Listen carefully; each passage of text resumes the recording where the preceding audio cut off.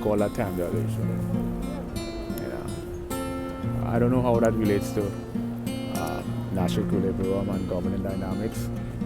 I know the whole idea of each independent player, each individual can achieve the most effective and efficient, optimal desired results if each individual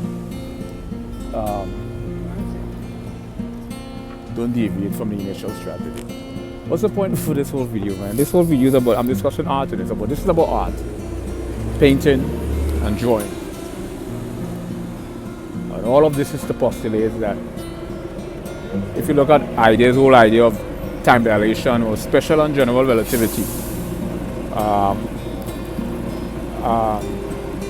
specifically Einstein get into the whole idea of frame of reference.